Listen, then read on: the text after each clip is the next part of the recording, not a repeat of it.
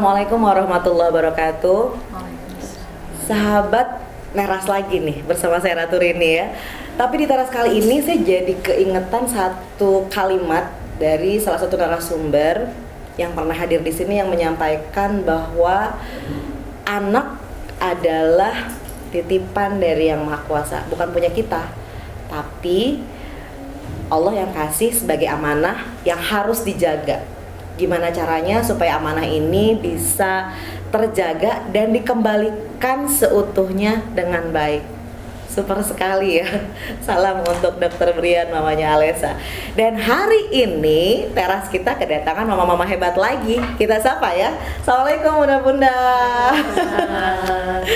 Ada Bunda Alfati, Bunda Keisha, dan maminya Andrea.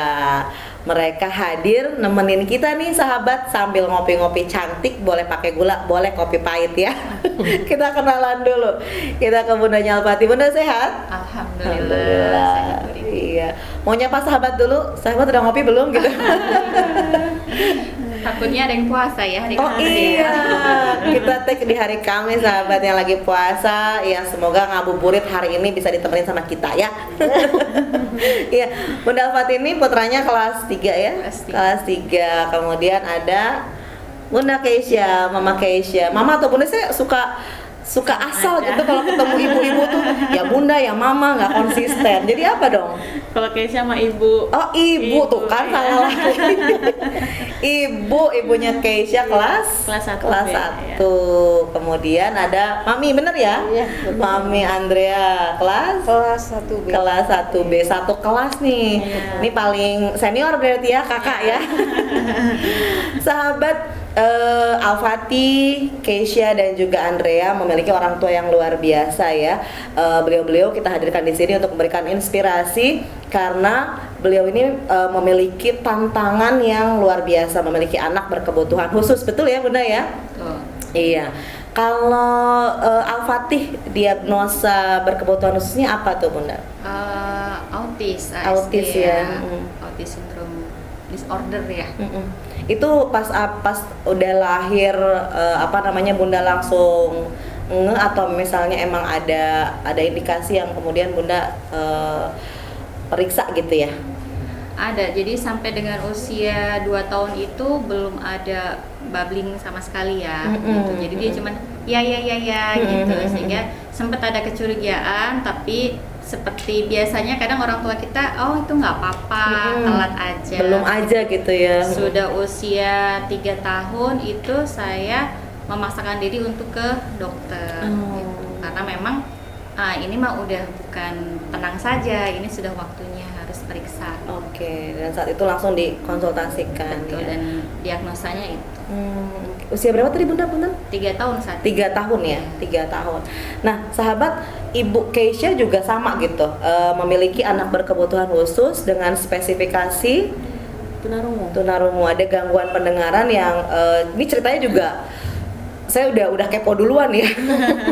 Saya gali-gali nih sahabat. Tapi nanti hari ini insya Allah beliau juga akan berbaik. Kalau Keisha ketahuannya itu pas kapan itu Bunda? Kalau Keisha waktu umur 6 bulan. 6 bulan 6 ya. bulan pas udah melahirkan, terus di situ biasanya kan anak itu kalau ada suara apapun dia tuh sering kaget gitu kan. Itu anak itu enggak. Terus di umur 9 bulan baru kata ayahnya, cobalah ini kok kayak gini terus gitu.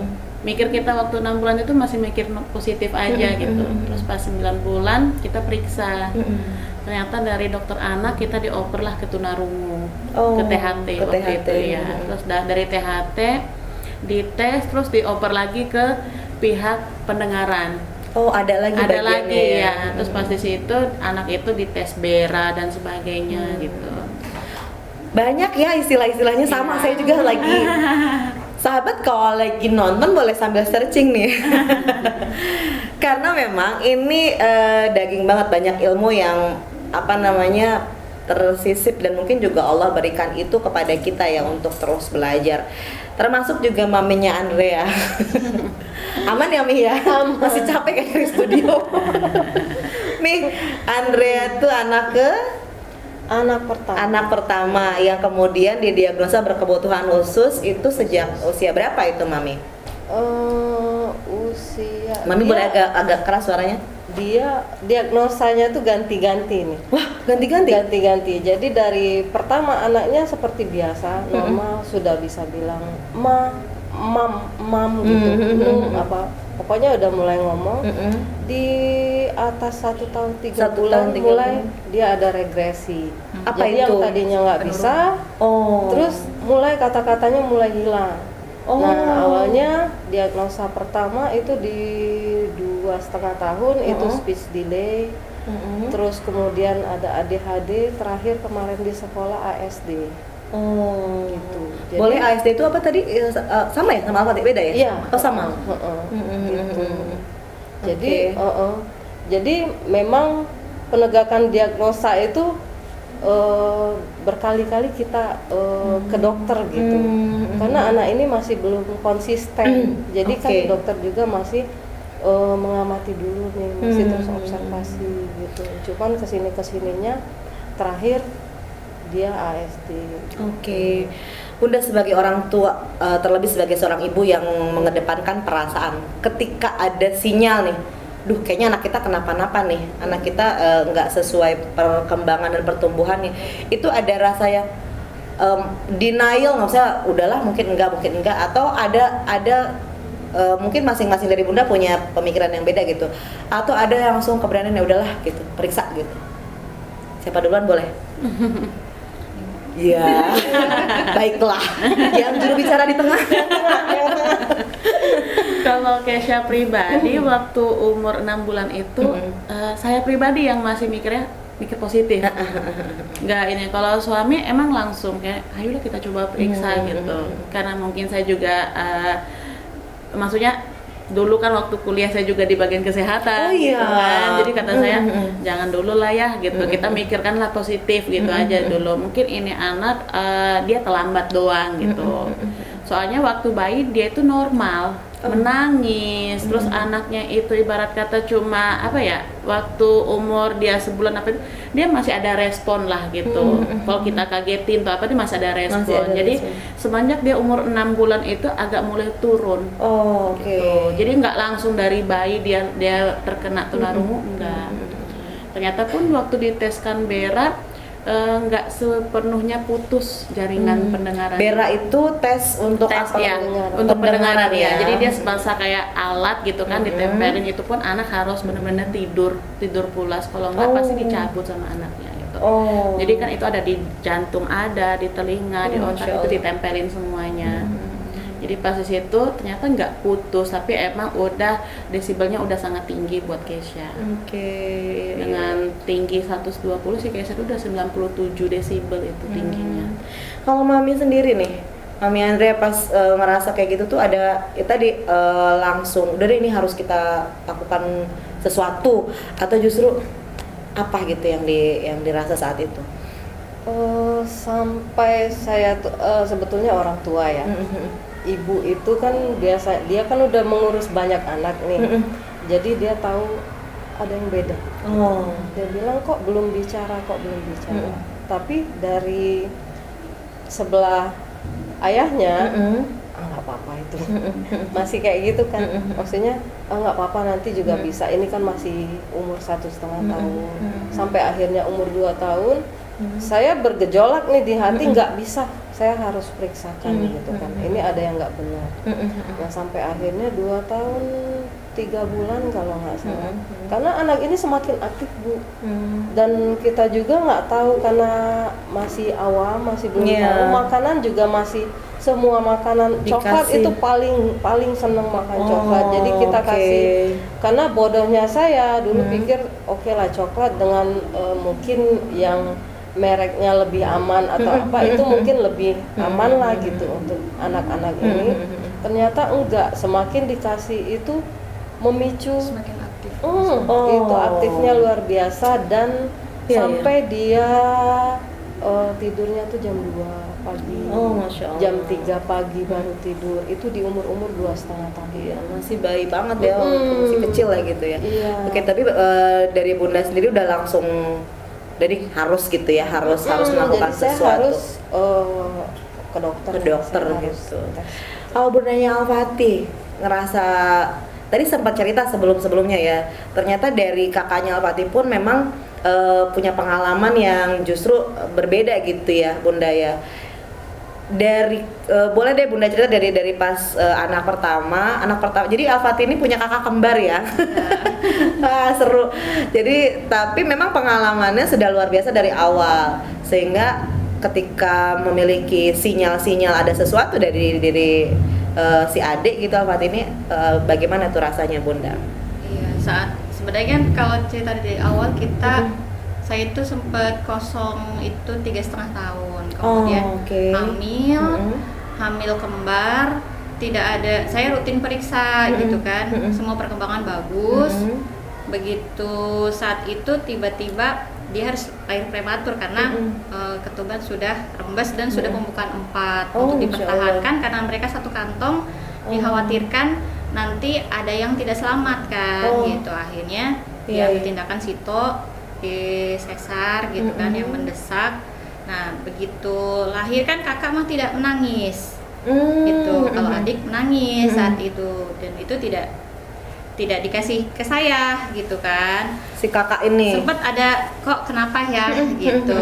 Kalau adik nangis biasa. Kemudian setelah kita ke ruangan dikasih tahu, oh beratnya sekian, kan belum kebayang tuh karena kita baru anak pertama ya, ukuran segitu tuh bentuknya seperti apa sih, segimana awalnya gitu. Cuman saya 3 hari di rumah sakit itu merasa kok suami itu punya anak kembar baru lahir nggak happy gitu ya, kok kayaknya kayak yang sedih, ada ditutupi apa gitu. Hari keempat itu saya ke ruangan dikasih lihat kondisi anak, itu ya rasanya runtuh, kenapa begini. Nah sampai dengan usia anak 40 hari waktu itu, jadi kita ada syukuran akikah, itu rasanya baru bisa melek, baru bisa berani menatap langit, rasanya baru bisa keluar gitu. Nah kemudian kalau Al-Fatih itu karena saya waktu itu ada kista kanan kiri gitu, jadi sempet itulah yang salah satu faktor penghambat hamil. Dokter pun, Bu, yang kiri sudah saya potong, jadi sudah tidak bisa hamil dari kiri. Yang kanan saya ambil sebagian, berharap masih bisa hamil dari kanan. Tapi itu pun ya tergantung nasiban lah, untung-untungan duluan kista atau duluan ibu hamil lagi. Sinyal itulah kemudian saya nggak di KB kan ya. Hamilah Al-Fatih, kembar lahir usia 1 tahun 2 minggu lahir Al-Fatih. Itu usia kehamilan normal, tidak mabok sama sekali. Kalau kembar kan sampai 4 bulan full itu, sampai masuk rumah sakit. Al-Fatih itu tidak, fisik alhamdulillah normal, berat badan normal, usia kandungan pas. Nah kemudian dia lahir biasa, bagus, sampai dengan dia MPASI ya, itu makan biasa. Makanya tidak ada kecurigaan apa-apa. Cuman pada saat setelah kemudian kita tahu diagnosa seperti itu, ditanya juga kan sama Pak Farid waktu itu, Ibu ada keanehan nggak yang merasa mengganjal saat hamil mungkin? Saat hamil iya. Jadi Apa saya itu? mengaku bahwa saya merasa ini anak dari hamil sudah terabaikan gitu. Karena saya ada kekhawatiran orang tua marah kok sudah hamil lagi, padahal anak baru ya. Ibaratnya gitu. Ini kakaknya masih kecil udah punya adik lagi. Nah hal-hal seperti itu mungkin di dalam batin saya ya gitu, di bawah alam sadar saya itu kayak ada, ya Allah kenapa hamil lagi. Mungkin itu dari awal itu. Kemudian saat lahir tadi karena dia fisik normal, semuanya normal bagus, terabaikan karena saya ngurusin kakak yang kakak masih BBLR, belum apa sesuai. itu BBLR? Bayi dengan berat lahir rendah. Nah dia saat usianya segitu harusnya berat badannya segitu, itu belum tercapai. Saya fokuslah ke kakak dengan ngejar posisi gitu ya. Dengan posisi kaki yang masih CTV ya istilahnya, yang pengkor itu ya. Saya terus ke rumah sakit sampai 7 kali rawat inap untuk koreksi di GIF itu, untuk seminggu buka lagi gitu kan. Dan seperti itu sekali lagi saya merasa bahwa mungkin dia merasa terabaikan. Kemudian ya kan ibu sama anak mah ikatan batinnya Nyambung kuat. ya, ini Nah, kuat saya rasa banget sih ya. pada akhirnya kemudian saya menyadari kenapa pada saat Al-Fatih ya tidak seperti saat kembar gitu. Kemudian saya merasa, oh ya sudah.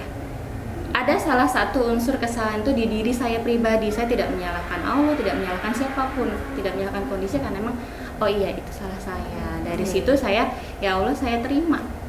Saya terima apapun kondisinya, akan saya jaga sampai ya semampu saya, karena kan hanya Allah yang memampukan saya. Saat itu ya gitulah. Jadi untuk Al-Fatih itu sudah alhamdulillah tidak ada drama yang nangis-nangis yang kayak gimana gitu. Subhanallah. Sahabat, saya nih ini salah satu podcast yang saya tuh banyak bingung, saya tanya apa sih harus gimana, dan karena memang rasa yang mungkin karena kita sama-sama seorang ibu gitu ya, itu pasti sesuatu yang menurut saya ini luar biasa ya sahabat ya. Kita pengen sebenarnya lebih banyak menggali terkait ilmu-ilmu yang didapetin anak-anak ini gitu ya, yang pengen kita share nih ke sahabat semuanya. Tapi sebelum ke sana, saya pengen nanyain tentang perasaan. Tadi Bunda Al-Fatih udah langsung menyampaikan ya, finally gitu merasa bahwa oke, gitu, Allah sudah berikan dan kita ayo go ahead gitu ya bareng-bareng. Tapi keluarga nggak ini ya, maksudnya bisa sefrekuensi dengan Bunda saat itu? Alhamdulillah iya. Jadi setelah hasil diagnosa itu keluar, saya sampai di rumah, saya sampaikan kepada orang tua bahwa kondisi anak saya berbeda. Saya sampaikan saya merasa seperti ini yang tadi saya sampaikan gitu. Jadi saya minta tolong ke semua lingkungan yang di dalam rumah, kan keluarga inti yang pasti akan setiap hari membimbing Al-Fatih lah, pengasuhannya interaksi itu. lah sama anak-anak ya gitu. Apapun kondisinya tolong, satu jangan dibentak gitu. Satu jangan dibentak, kedua kita semua harus ekstra sabar. Kalau ke kembar itu 10 kali lipat, itu bisa 100 kali lipat sabarnya gitu. Jadi sempat ada yang nanya, kok gini ya gitu ya, orang tua itu kok gini ya, udah Mas Safa begini. Marwah kan tukang tantrum, itu tantrumnya luar biasa Marwah itu. Safa kondisinya jelas begitu, kondisi fisik, yang ini begini. Terus dari situ saya juga terbawa ya? Ya, sempat ke bawah, iya ya. Saat malam itu rasanya sholat itu nangis saat itu, padahal tadi udah gak kenapa-napa. Nangis itu, ya Allah, kenapa harus begini? Kenapa dia harus begitu? Kenapa bukan anak orang lain aja? Kenapa harus saya? Kenapa saya lagi? Kenapa saya lagi? Terus rasanya kata Allah, ya kenapa tidak? Kenapa nanya? Kan Tuhannya aku, kamu hambanya. Jadi ya Allah, iya juga. Ya sudah, dari situ udahlah. Saya yakin tidak ada yang sia-sia dari ciptaan Allah itu. Pasti akan bermanfaat, kalaupun tidak di dunia, insya Allah di akhirat gitu. Semoga saya menjadi perantara dia nanti kembali ke Allah dengan kondisi mulia di hadapan Allah, dan dia menjadi perantara kami orang tuanya kembali ke hadapan Allah. Luar biasa sahabat ya. Wow, tapi ini bukan skrip loh sahabat. Jadi apa yang muncul itu apa yang dirasa ya. Saya belum nanya ke dua orang tua hebat lainnya nih. Pasti juga karena narasi itu saya yakin muncul dari apa yang kita alami, apa pengalaman yang mungkin sudah kita lakukan di rumah, termasuk juga secara religius gitu. Kalau ibunya Keisha, dari pas dapat diagnosa itu, perasaannya sampai sekarang set di sini mau sampai berbagi itu gimana ceritanya? Kalau saya pribadi waktu tahu si Keisha divonis seperti itu kan, kita waktu itu pergi ke alat pendengaran itu kan bareng keluarga, satu mobil gitu. Ada mama, ada omnya gitu kan. Terus pas dia kan jarak dari periksa ke itu kan 2 minggu, hasil itu keluar 2 minggu. Jadi pas 2 minggu itu hati kita udah nggak tenang, hati udah kalangkah, udah campur aduk. Ini gimana besok hasilnya ya? Jadi mau dibilang besok pengumuman itu, kita hari ini nggak bisa tidur. Pas dapat hasil itu dibaca sama dokter, udah mewek satu ruangan itu udah nangis ya. Udah kayaknya malu, itu udah ketutup sama dokter itu gitu. Nggak marah tuh ke dokter salah kali gitu nggak? Mau dibilang marah tapi itu hasilnya gitu kan, kita harus menerima. Pas itu pulang di jalan itu nelpon ke kakak ipar dan sebagainya. Oh tadi kita di Tangerang di Serpong. Jadi jarak dari rumah kakak ipar ke Serpong itu nggak jauh gitu Nggak kan. jauh. Akhirnya disitulah di rumah kakak ipar itu kita lampiaskanlah tangis kita tadi. Itu yang biasa tadinya kita nangis cuma air mata aja, kayak suara itu nggak berkeluar gitu kan, kita pendam di dalam hati. Pas di rumah kakak itu Pecah ya? pecah semuanya. Yang biasanya saya nggak pernah lihat suami itu nangis di situ.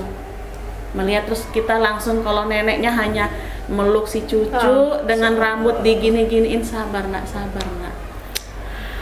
Pakai Tisu dong. 2 bulan itu kita nggak apa ya, ya kayak kata Mama Al-Fatih tadi, kita inin ke diri kita sendiri. Ini semua salah saya. Saya yang mengandung, saya yang ini semua salah saya.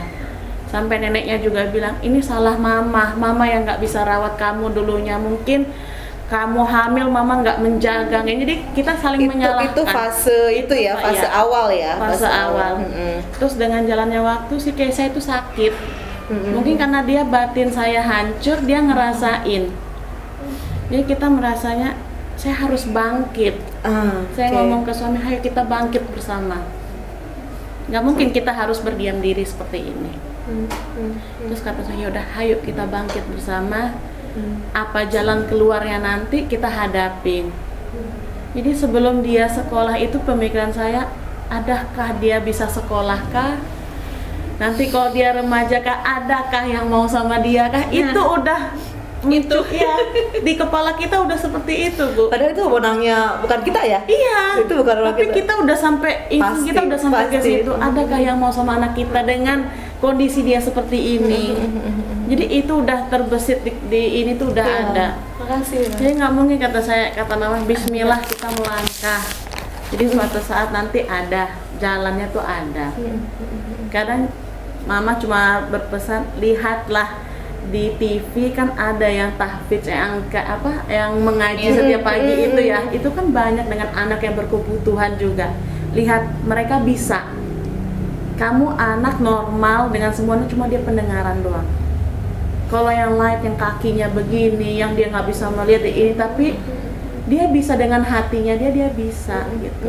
Dari situ saya sama suami bangkit bersama. Titik sudut pandang tuh mulai berubah ya. Dari berubah, yang udah yang udah anjlok, kekurangan tuh ya bilang kekurangan, tapi justru banyak ada satu titik itu tertinggal dengan kita tinggalkan gitu, dengan sampai bisa berbagi. Kita naik bersama, kita melangkah bersama, hayu bismillah.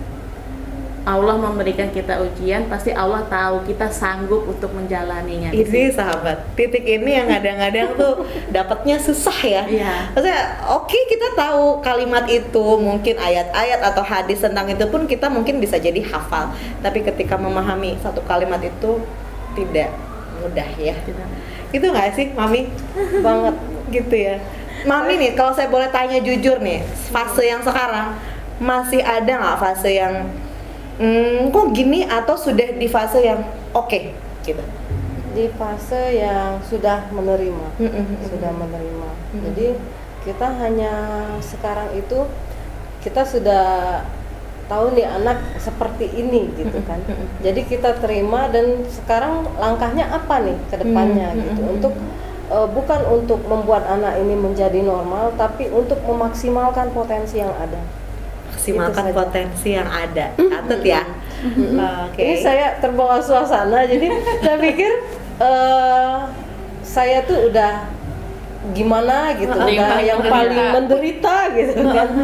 Tapi dengar 1-2 dari mama-mama yang luar biasa ini, oh ternyata saya tuh belum apa-apanya juga gitu, belum apa-apanya.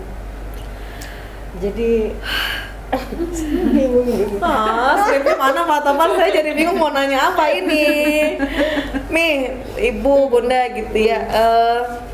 Kita nggak pengen menakar ujian itu, orang-orang pasti beda dong ya. Betul. Tapi yang pengen kita ambil dari hari ini, termasuk saya nih yang lagi pengen banget menggali permata-permata yang ada dalam hati para ibu ini adalah satu titik bangkit itu kan tadi udah dapet tuh. Bangkit itu ketika kita sudah menerima kan. Ketika kita belum menerima nggak bisa bangkit, justru kita terus di titik terendah kita gitu. Dan ini yang pengen kita share. Saya sempat keingetan obrolan sama Mas Gong, teman-teman yang kemarin lihat video Mas Golagong sama Mbak Tias, beliau kan juga kehilangan tangannya saat usia sekolah kalau nggak salah tuh. Cuma yang menarik dari kalimat beliau, menurut saya Bu Rene, saya kehilangan satu tangan itu cuma kehilangan beberapa kilo daging lah ya gitu. Masya Allah gitu ya, dengan yang mungkin kita ya keiris pisau aja, ya Allah sakit banget sih, mau ngapa-ngapain susah gitu kan. Itu menerima ketetapan Allah dengan hal yang bukan menganggap remeh sih ya, tapi mungkin menganggap itu sesuatu yang masih ada orang lain yang mungkin lebih berat dan lebih hebat dari kita. Oke, sekarang kita pengen tanya nih ya sahabat ya, spesifikasi dari kekhususan anak-anak dan itu harus gimana. Dimulai dari Bunda Keisha dulu deh, kan kalau misalnya Mami sama Bunda Fatih sama nih diagnosa dari ahli itu, dan itu diagnosa ya, nggak boleh ya kita ngata-ngatain misalkan, oh kayaknya ini anak ibu autis, kayaknya anak ibu ADHD gitu. Itu nggak boleh ya Bunda ya, nggak boleh ya, walaupun kita orang tuanya sendiri, kayaknya anak saya autis, itu nggak boleh dong ya. Harus apa dulu pertamanya tadi, harus pas ketemu ahli itu jadi berantakan kan saya nanyanya. Pokoknya gini deh Bunda, pas dapet sinyal bahwa anak kita ini, yang saya dengar tadi kan itu runut ya, dari mulai medis datang ke ahli. Itu nyari sendiri atau emang gimana? Siapa dulu yang jawab, terserah deh. Nyari sendiri. Mami dari tadi banyak ini kayaknya mengharu biru gitu ya, nyimak aja gitu. Nyari sendiri. Jadi kita nyari sendiri. Pertama datang ke rumah sakit gitu. Nanya-nanya gitu ya.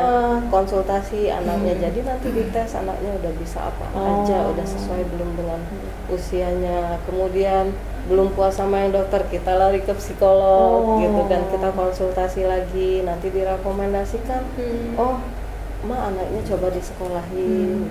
Jadi Andrea itu udah sekolah dari umur 2,5 tahun. Dari 2,5 tahun? 2,5 tahun dia sudah sekolah. Sekolah umum ya? Iya. Sekolah umum. Oke. Cuman dari sana dia belajar mandiri juga. Iya, itu tuh referensi kayak gitu di daerah atau di Indonesia kebesaran dan daerah-daerah sekitarnya Bunda sama Ibu Mami ini banyak nggak sih referensi kayak informasi, kemudian tempat-tempat terapi, itu kesulitan nggak sih mencari tempat-tempat atau informasinya?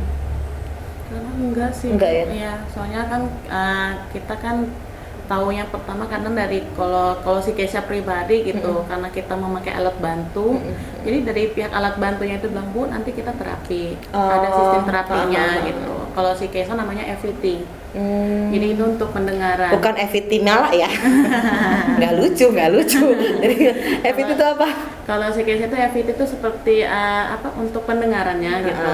Kalau TW itu kan terapi bicaranya gitu. Jadi kalau dulu saya seringin ke TW, karena saya mikir kita harus kompor nih biar dia cepat bicara. Ternyata saya pribadi salah ya, nggak boleh ya. Seharusnya dari pendengaran dia bisa bicara. Bukan bicara baru bisa mendengar gitu, gitu. Kan. Iya. Terus kata saya, berarti ini saya salah. Saya salah gitu. Karena si Keisha itu off, mau FET-nya tuh pendengarannya dia off, dia nggak mau. Karena dia pakai alat yang telinganya tuh sakit kata dia. Dia bilang nggak mau, ini nggak enak. Katanya sekarang Keisha tuh pakai alat yang ditanam ya? Iya, alhamdulillah sekarang Keisha udah dioperasi, udah jalan 2 tahun lebih dia dioperasi. Itu alat apa namanya? Implan. Iya, jadi untuk dia apa? Untuk dengar? Untuk mendengar. Jadi itu ditanam di otaknya dia gitu. Jadi dulu ada sedikit tulangnya dia itu yang dibor untuk menggantikan si alat tersebut. Mahal ya? Ya lumayan. Masya Allah. Terus kalau misalnya kita nggak punya biaya buat itu, ada alternatif?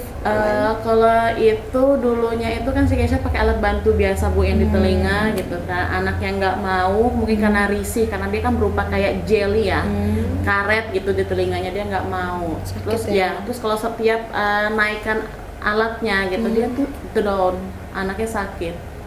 Karena mungkin suaranya itu, kalau saya pribadi saya mencoba make gitu kan, karena mikir masa saya ngasihkan ke anak, saya nggak mau dengar duluan deh gitu. Saya coba, emang sakit Bu. Kayak ke gendang telinga kita tuh sakit, dia cuma bunyinya gitu doang. sakit emang iya. Terus dia kan berupa karet gitu kan, karet Ganggu ngebentuk, ya? ngebentuk ke telinganya gitu. Jadi dia tuh nggak mau. Terus ya kata saya, Bismillah lah ya, kita nabung kata saya. Karena untuk implan itu dia tidak bisa pakai BPJS. Nah ini sahabat, saya pernah denger nih ibunya Keisha ini kan memang mohon maaf ya Bunda, nggak nyiapin dana, sebenarnya nggak punya dana sebesar itu, tapi justru Allah yang mudahkan. Ceritain dong Bunda, kan kita kadang-kadang suka ini duluan nih, aduh duit dari mana gitu, langsung open donasi, oh enggak ya? Ya kalau dulu pribadi ya namanya kita dari bawah, dari nol bersama dengan suami gitu kan, nggak mungkin kita langsung biar ada gitu kan Bu. Terus dengan berjalannya waktu mungkin Allah itu tidak menyia-nyiakan. Allah memberikan kita anak yang spesial, pasti Allah memberikan kita rezeki yang berlebih. Masya Allah. Dari situlah saya juga sama suami itu mikirnya, kok bisa kita punya uang segini gitu. Gimana caranya itu? Kok jadi saya yang antusias?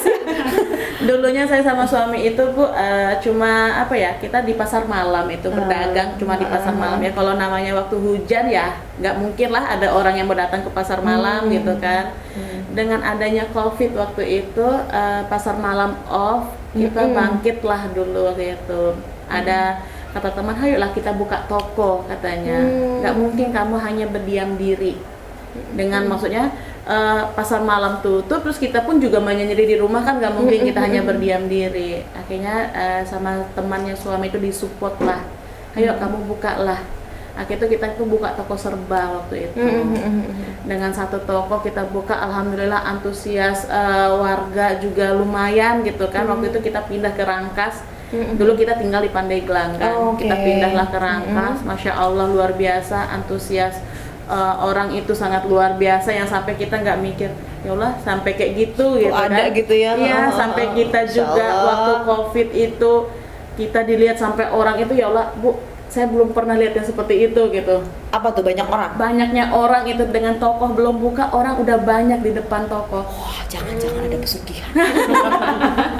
Enggak ya? Enggak. Justru tadi gitu, Allah ingin membantu dengan ya tadi kepasrahan kita, mungkin dengan ini bukan tauji saya ya sahabat, tapi kok saya ngelihatnya ya juga ya gitu. Kenapa kita khawatir? Justru kan ini dari Allah juga. Mami, kalau misalnya apa namanya ngelihat dari sisi yang tadi ya, banyak kekhawatiran gitu, yang terus nguatin Mami untuk bisa ayo, kan saya Mami Andrea ini pendatang ya di sini ya. Iya, betul. Pendatang, kemudian dari apa sih Riau ya? Dari Pekanbaru, kemudian ke Rangkas Bitung, dengan relasi yang mungkin hampir nol, nggak ada sama sekali. Itu yang bikin Mami survive untuk terus support, khususnya buat Andrea ini apa? Semangatnya. Semangat. Karena Andrea ini semangatnya tinggi sekali.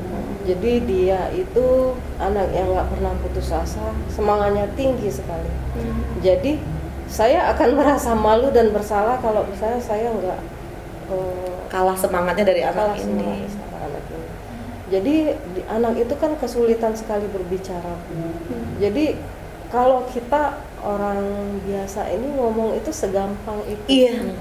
Dia untuk melafalkan Allahu Akbar aja, Allah abak gitu kan. Susah ya? Jadi itu sampai dilatihnya tuh terus lagi ngapain, coba dan dia ikuti. Cuman memang anak ini kalau udah berkali-kali kadang dia kesal juga gitu. Cuman tetap dia ikutin gitu. Itu kendala dari apanya itu nih? Kalau susah bicara, maksudnya ada hubungannya? Memang iya. Jadi kalau ASD itu dia kesulitan bicara dan sosialisasinya. Komunikasi dan sosialisasi. Iya. Itu pada umumnya anak-anak dengan ASD, iya, komunikasi dan sosialisasi. Itu, tapi nggak semuanya juga. Oke. Makanya sekarang tuh di terapi bicara, karena sebetulnya saya nggak mengejar apa-apa, saya cuma pengen dia bisa bicara. Nah ini yang pengen saya tanya, apa sih yang diharapkan oleh orang tua dikejar sampai mana tadi udah terjawab juga sama Ibu Keisha. Sekarang Mami juga menyampaikan target-target itu gitu ya. Oke. Iya. termasuk Al-Fatih ya. Bunda Al-Fatih ini saya dengar juga progresnya sekarang sudah usia kelas 3 ini sudah mulai ada interaksi gitu ya. Ada awalnya sama sekali ya nyebut mama aja katanya enggak ya. Lama Bu nunggu dia. Lama lagi. ya? Lama. Itu Andre juga di umur berapa ya? 4 tahun. 4 tahun baru dia mulai komunikasi. Ini durasi masih aman kan ya? Aman. Saya masih banyak yang pengen ditanyain soalnya sahabat. Oke, dan sebelah sini ya. Baik. Apa namanya, ketika anak kita mungkin banyak tanya ya, jangan stop, karena memang di sisi lain banyak orang tua yang hanya menunggu satu kata pun, masya Allah itu sesuatu banget gitu tuh.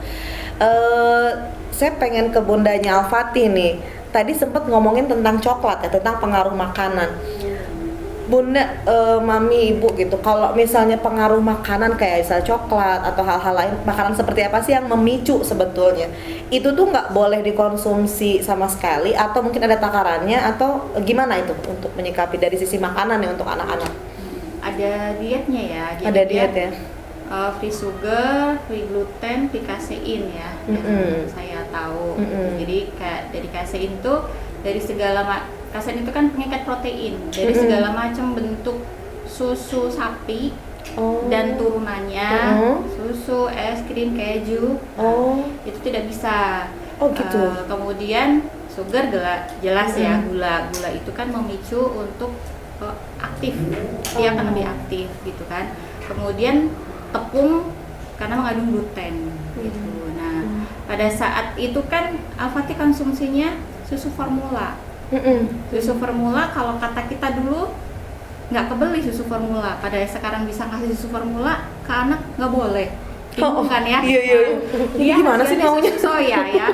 Susu soya, susu kedelai. Susu kedelai katanya mengandung hormon yang lebih cenderung ke perempuan kan. Karena saya laki-laki, bingung juga kan. Lagi. Sama dia nggak mau juga. Akhirnya ya bertahap sampai kemudian bisa sama sekali tidak minum susu formula. Tapi memang sebenarnya kalau kita semakin baca gitu kan, semakin browsing semakin pusing sebenarnya. Betul. Gitu. Jadi makin browsing makin pusing. Betul. Nanya ke profesor yang tingkat dunia pun pro kontra tentang diet makanan itu. Pada akhirnya mari kita, ibunya nih, dokter pertama bagi anak, tahulah kondisi anak. Pada saat dia cocok dengan ini, tidak bermasalah, misalnya tadi kan dia tidak menjadi hiperaktif, kemudian kayak jalannya jinjit, tadi misalnya jadi susah tidur gitu ya, mari kita kurangi. Kalau memang tidak apa-apa ya nggak apa-apa gitu, kita coba dulu satu-satu lah gitu. Karena kan proses orang mah ngajarin ngomong ke anak ya, mah gampang, mah ini ngomong A aja enggak, ya kan? Jadi tenang saja, panjang perjuangan kita itu gitu. Jadi ya bertahap lah, nggak apa-apa susu formula dulu. Tapi itu luar biasa kalau untuk Al-Fatih ya. Dari jalan yang dulu selalu jinjit menjadi tidak jinjit. Tadi yang lari-larian nggak bisa diem lah, itu menjadi berkurang. Dan berkurang itu kan bukan berarti lemes. Iya. Tidak, tetap aktif tetapi berkurang. Jadi bisa kita kendalikan gitu. Yang tadinya begadang terus, sama kayak Andrea, tidur jam 1, jam 2 ngapain coba? Lari-larian, lompat-lompat di kasur. Betul gitu. Tapi dengan stop susu formula itu banyak kan tadi ya, kayak nggak makan roti, nggak makan tepung-tepungan lah, nggak makan gula, coklat dan teman-temannya itu yang manis-manis, ya itu. Ini mah jadi banyak ilmu banget ya sahabatnya. Kebayang jadi orang tua, jadi mami, ibu, jadi bunda, ini benar-benar punya rasa percaya diri yang tinggi untuk tadi jadi dokter pertamanya anak, jadi guru pertamanya anak, jadi orang pertama yang memahami banget anak-anak kita. Capek nggak? Banget. Jujur ya, kirain saya mau jawab enggak tuh gitu, ternyata manusiawi, lelah ya, capek. Karena kita manusia. Kadang kita nangis juga, Bu. Tapi nangisnya ya malam hari. Iya. Ngadu sama Allah. Iya. Kalau lagi anak lagi tidur, kita paling cuma ulas, maaf ya nak, tadi ibu mungkin jewer atau gimana, jadi ibu kesel, kayak gitu doang. Iya. Jadi untuk melampiaskan, tadi kenapa ya kok saya giniin anak gitu. Jadi kadang cuma dia sambil tidur, kita sambil mandang, ya Allah, anak saya sampai kapan seperti ini. Nanti depannya lagi besok saya harus bagaimana. Ada khawatir dengan hari esok, Khawatir, masa depan. iya. Masih sekarang mengkhawatirkan itu. Untuk khawatiran itu masih ada, Masih cuma ada. untuk kita untuk kita anjlok banget enggak sih. Iya, iya. Mungkin kita enggak anjlok, tapi untuk anak ini gimana progres ke depannya itu setiap malam pasti kita memikirkan.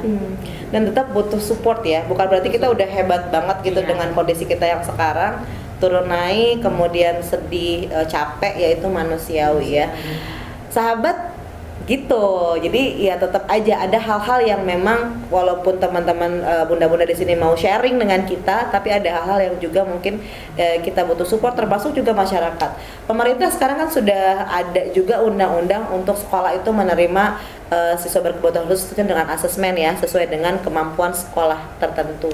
Ini merupakan support juga karena memang masyarakat, kemudian keluarga utama ya, masyarakat itu menjadi lingkungan yang besar dan harus support untuk semua anak. Gitu ya sahabat ya. Jadi jangan lagi ngerasa aneh, bingung, apalagi mungkin sampai terpuruk sedemikian rupa. Insya Allah semuanya ada jalan keluarnya. Terakhir closing statement, satu kalimat yang disampaikan kepada sahabat tentang bagaimana seharusnya masyarakat bersikap, atau harapannya bunda-bunda terhadap anak-anak berkebutuhan khusus, lingkungan atau orang tua atau apalah gitu harapannya. Silakan dari sebelah mana dulu boleh? Mau dari tengah lagi? Jubir kayaknya. Satu kata ya Bu. Ya boleh. Satu Oke. kata atau satu kalimat? Satu kalimat nih. Jadi supaya untuk pencerahan juga atau untuk penguatan kepada publik tentang anak-anak berkebutuhan khusus dan segala pernak-perniknya gitu. Support dari lingkungan. Support dari lingkungan ya. Karena untuk dari keluarga sendiri kita sudah pasti support. Mm-mm. Nah, jadi kita meminta untuk lingkungan, baik itu lingkungan di sekolah ataupun lingkungan di rumah ya, tetangga gitu. Lingkungan.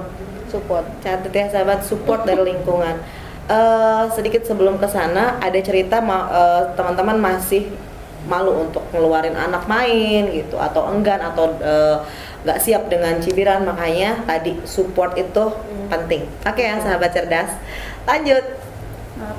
Jangan menjudge anak. Jangan menjudge anak. Gimana tuh contohnya? Jadi kalau kadang kan di luar sana itu ada orang yang berpikir ya itu dari lingkungan, jangan main sama anak itu. Oh, oke. Kadang mereka juga tidak tahu kalau anak itu sebenarnya lebih jenius dari anak yang dia gitu. Tapi dia udah menjudge duluan. Dia anaknya seperti ini. Dia anaknya mungkin mukul. Jadi kalau kayak anak yang tantrum apa jangan main sama dia. Jauh-jauh gitu, takut Jauhin. kena pukul. Itu yang saya alamin sendiri di temannya si Keisha. Dia udah autis juga, kayak ADHD juga, terus dia juga tunarungu. Masya Allah. Jadi dia di lingkungan itu tidak diterima sama teman-temannya. Sahabat. Itu yang saya pikirnya, ya Allah, ternyata bukan anak saya aja seperti. Jadi saya masih bersyukur, alhamdulillah lingkungan saya alhamdulillah welcome. Lingkungan sekolah juga alhamdulillah luar biasa gitu kan ke anak saya, maksudnya tidak membeda-bedakan antara anak satu dan anak satunya. Masya Allah. Jadi itu yang kadang kita berpikirnya, ya Allah, mudah-mudahan kita mendapatkan lingkungan yang benar-benar luar biasa. Iya. Amin ya, support ya. Oke, kalau Bunda Al-Fatih apa nih kalimatnya? Apa ya? Jadi gini, kita perempuan, untuk perempuan, semua perempuan di luar sana, calon bunda atau bunda yang mempunyai anak berkebutuhan khusus, apapun kebutuhan khususnya itu, mari kita mensyukuri.